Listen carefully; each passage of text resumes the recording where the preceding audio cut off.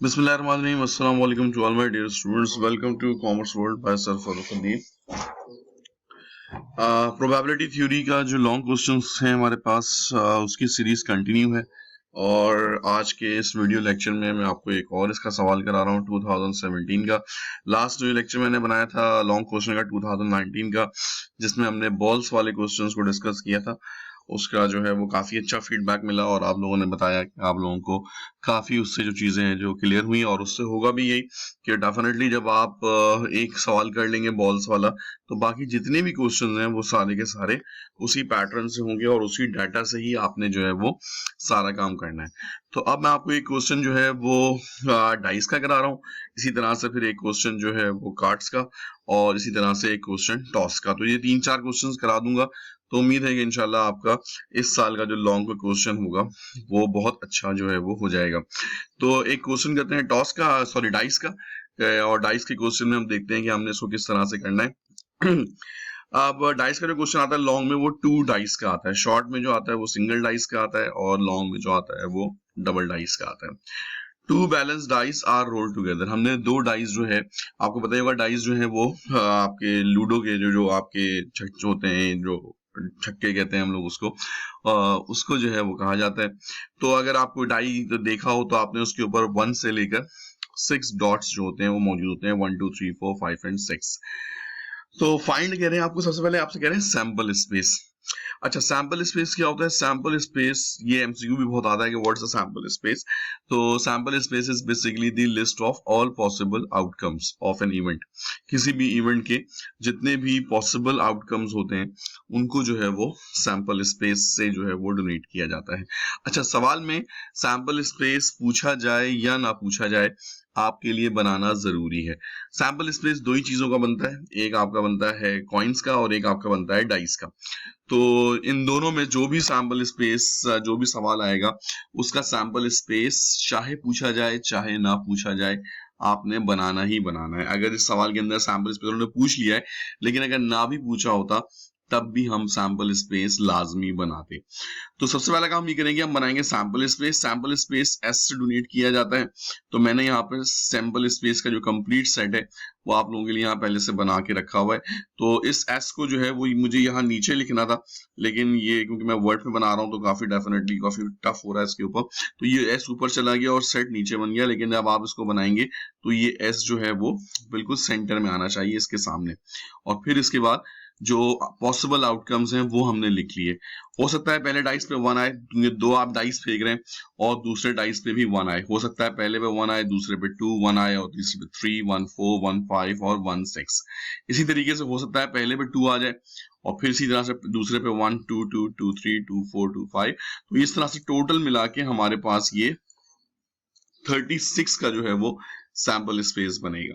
तो ये जब हम दो डाइस रोल करते हैं तो हमारे पास ये 36 का जो है वो पॉसिबल आउटकम्स हमारे पास आ सकते हैं। इन 36 के अलावा कोई भी और तीसरा आउटकम या 37 आउटकम हमारे लिए पॉसिबल नहीं है।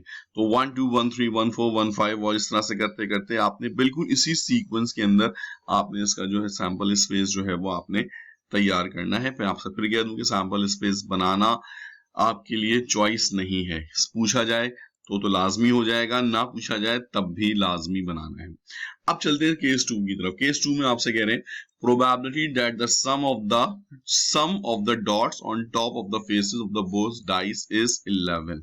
आपसे कह रहे हैं कि इस बात की क्या प्रोबेबिलिटी है कि जो डाइस पे जो नंबर आए उनको अगर सम किया जाए, उनके डॉट्स को अगर सम किया जाए तो वो सम जो है आपके पास 11 आए। तो इसका मतलब कि आपने ऐसी प्रोबेबिलिटी ढूंढनी है, ऐसे चांस ढूंढने हैं, ऐसा ऑप्शन देखना है जिसका सम 11 आ रहा हो। तो अगर हम यहाँ पे सम करना स्टार्ट करें, सपोज करते हैं हम पहले वाले को सम करते हैं, तो ये 1 + 1 2 नहीं चाहिए, 2 + 1 3 नहीं चाहिए, 4 + 1 3 + 1 4 नहीं चाहिए। तो हमें ऐसे स्पेस की तलाश होगी, ऐसे ऑप्शन की तलाश होगी जिसका दोनों को अगर डॉट्स को सम करें तो वो 11 आए। अब अगर हम यहां पर देखें तो ये देखें यहाँ पे लास्ट 2 ऑप्शंस हैं। एक है 5 6, अगर हम 5 6 को प्लस करें तो वो 11 बन जाता है, और इसी तरह से दूसरा है 6 5, अगर हम इन दोनों को प्लस करें तो ये भी 11 बन जाता है। तो ये दो ऑप्शंस ऐसे हैं। इससे पहले अगर हम देखें 5 5 10 है, 6 4 10 है, 6 6 12 है। ये दो ऑप्शंस ऐसे हैं जिसके ऊपर हमारा जो है वो ये जो सैंपल स्पेस की जो ऑप्शन है ये पूरे उतरते हैं, एक 5 6 और एक 6 5। तो now we have to do, हमने यहाँ पर एक जो है वो सेंटेंस लिखना है जो आपका नंबर 2 का है। Let A B the probability of sum of the dots of 11। याद रखिएगा ये सेंटेंस मस्ट होता है, हर हालत में आपने जो है वो इस सेंटेंस को लिखना है। तो आपने एक इवेंट सपोज कर लिया ए, जो कि ये प्रोबेबिलिटी शो करेगा उन सम की जिसका सम 11 आ रहा हो डॉट्स पे। और ए सेट में फिर हमारे पास दो ही नंबर होंगे, एक होगा 5 6 जो हमने यहां से पिक किया है, और दूसरा होगा 6 5 जो हमने यहां से पिक किया है। तो ये दोनों नंबर हमने उठा के अपने सेट ए के मेंबर्स बना लिए।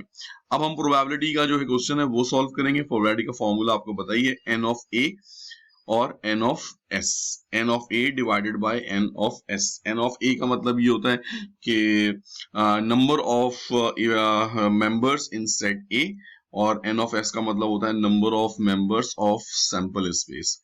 तो n ऑफ a में देखें तो हमारे पास दो मेंबर हैं, 5 6 और 6 5, और n ऑफ s में देखें तो हमारे पास 36 का जो है वो पॉसिबल आउटकम्स हैं।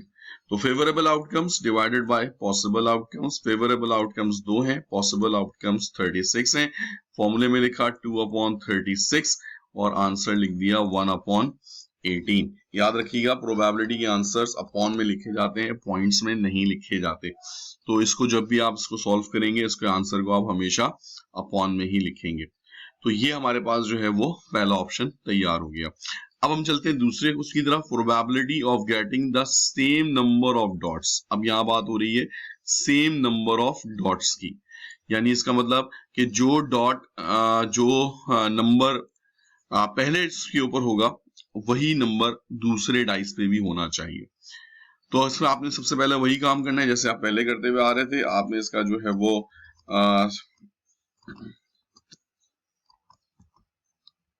थ्योरी बना लेनी है इसकी। आपने लिखा जनाब क्वेश्चन नंबर 3 जो हम करने जा रहे हैं, let A B the probability of same number of dots on both.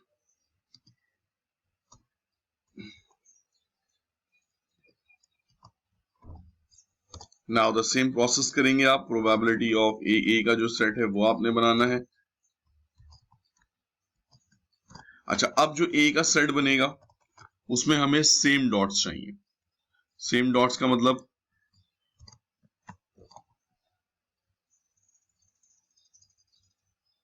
थोड़ा सा मुझे इसमें टाइम लगेगा क्योंकि ये सवाल मैंने टाइप नहीं किया था। मैं याद कर रहा था शायद मैंने टाइप कर दिया लेकिन ये नहीं हुआ। खैर, so same number of dots क्या हो सकता है? हो सकता है पहले भी 1 हो तो दूसरे पे भी 1 होना चाहिए, पहले पे अगर 2 है तो दूसरे पे भी 2 होना चाहिए, पहले पे अगर 3 है तो दूसरे पे भी 3 होना चाहिए, पहले पे अगर 4 है तो दूसरे पे भी 4 होना चाहिए, क्योंकि हमें सेम फेस चाहिए, सेम नंबर ऑफ डॉट्स चाहिए। तो ये आपके पास ये ऑप्शंस जो हैं वो आपके पास बनेंगे 1 1 2 2 3 3 4 4 5 5 और 6 6। तो ये आपने जो है वो कर लिया अपना कंप्लीट। तो देखिए कितनी आसानी से हमने सैंपल स्पेस की मदद से इस तमाम प्रोसेस को जो है वो हमने कंप्लीट कर लिया। और इसको ये आपने प्रॉपर तरीके से सेट्स बनाकर करना पड़ेगा, ठीक है जी। तो अकाउंटिंग बाहर निकल से प्रोबेबिलिटी और स्टार्ट्स के अंदर आपकी जो चीजें होती हैं उसमें बड़ी इस बात की अहमियत होती है कि आप डाटा को प्रेजेंट किस तरह से करते हैं। सो फिर अपना मेन फॉर्मूला लिख लिया, probability of A, number of sets of possible outcomes, number of sets of sample space, then we have to write the formula. Probability of A आपने ले ली। तो अगर आप सेट ए में देखें तो सेट ए में आपके पास जो है वो 6 मेंबर्स हैं, और इसी तरह से सैंपल स्पेस में आपके पास 36 हैं। तो टोटल अगर आप इसको कर लेंगे तो दैट वुड बी 1/36, 1/6। तो इस तरह से ये आपका जो आंसर है ये आपका जो है वो कंप्लीट होगा। तो इसी तरीके से मल्टीपल क्वेश्चंस आ सकते हैं, इसमें आपको सेम फेसेस पूछ सकते हैं, सम ऑफ 4 पूछ सकते हैं, सम ऑफ 5 पूछ सकते हैं, सम ऑफ 9 पूछ सकते हैं, डिविजिबल बाय 6 पूछ सकते हैं, यानी डिविजिबल बाय 4 पूछ सकते हैं। तो ईच एंड एवरीथिंग, आप डिविजिबल बाय 4 पूछ लिया तो आपको ऐसे नंबर चाहिए होंगे जो 4 के टेबल से कटते हैं, यानी कि 4, 8 और 12, क्योंकि हाईएस्ट सम जो होता है वो 12 होता है। तो इसी तरह से आपने वो तमाम नंबर्स में शामिल करने हैं जो 4 के टेबल्स में 4 से भी कट, यानी कि जैसे 1 2 2 है, इसके अलावा 1 3 है, 3 1 है। इसी तरह से 8 के जितने सम होंगे वो सारे के सारे शामिल करने होंगे। इसी तरीके से 12 के जितने सम होंगे वो सारे के सारे उसमें, वो तो एक ही होगा 6 आउट ऑफ 6, लेकिन वो आपने करना होगा। तो इस तरीके से आप अपने जो क्वेश्चन हैं इसके 2 डाइस वाले, वो आप बड़ी आसानी से कर सकते हैं। तो इसको आपने जो अटेम्प्ट करना है, डाइस के जितने क्वेश्चंस हैं, अब आप जरा थ्योरी भी लेके बैठिए, फास्ट पेपर्स को लेके बैठिए, और जितने भी सवाल आपको लॉन्ग क्वेश्चन में डाइस के नजर आ रहे हैं वो बिल्कुल इसी तरीके से सॉल्व करें। अगर कोई इशू है तो आप कमेंट सेक्शन में बता सकते हैं, व्हाट्सएप पर बता सकते हैं, तो आपकी जो भी क्यूरीज होंगी वो मैं आपकी सॉल्व कर दूंगा। तो नेक्स्ट वीडियो में आपको एक क्वेश्चन कार्ड्स का कराऊंगा, और फिर उसके बाद एक वीडियो में इंशाल्लाह आपको एक क्वेश्चन जो है वो टॉस का कराऊंगा।